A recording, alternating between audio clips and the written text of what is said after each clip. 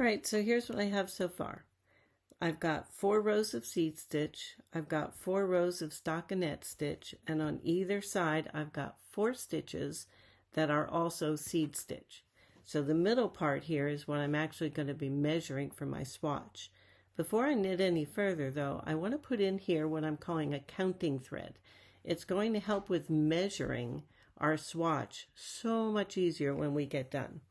So I cut a piece of thread of yarn that is a highly contrast color to my working yarn, and I cut a piece that's probably about 20 inches long or so. It doesn't matter. We're going to pull it out when all is said and done anyway. And what I'm going to do is use that to count my swatch, my stitches and my rows. So I have 30 stitches on here, and I really only need 20 stitches for my swatch because 20 stitches is supposed to be 4 inches. The reason I have 30 on here is because I've got 4 stitches on either side. Then I've got 1 stitch that I want to be my buffer between my seed stitch and my swatch. Then I've got the 20 stitches in the middle.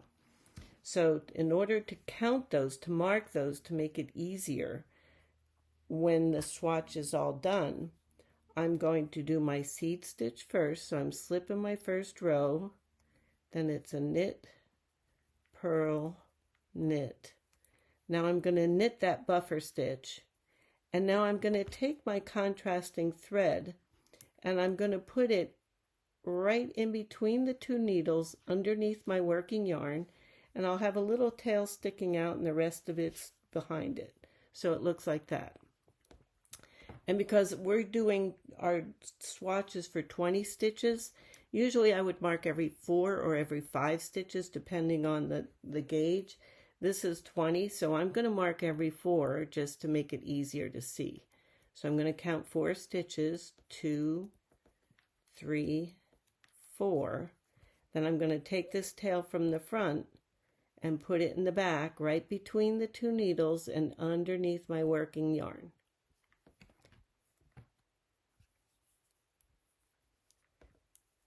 One, 2, 3, 4.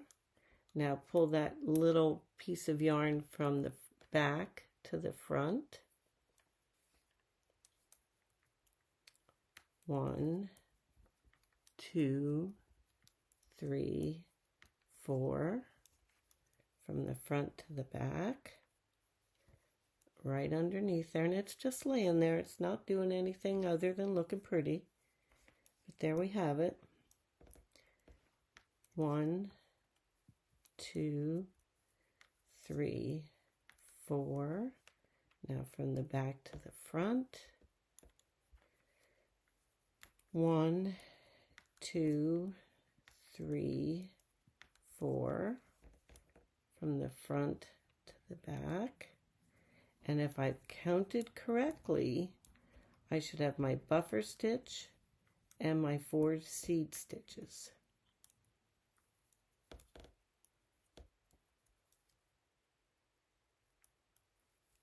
And there we are. So that's what it's going to look like for now.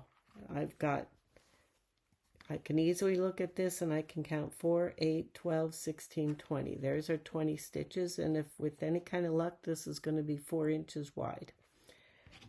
That we're going to talk about later.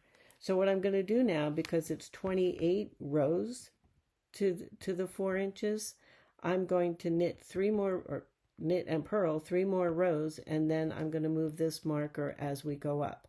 I'll show you that. Let me just knit those 3 rows and I'll be right back.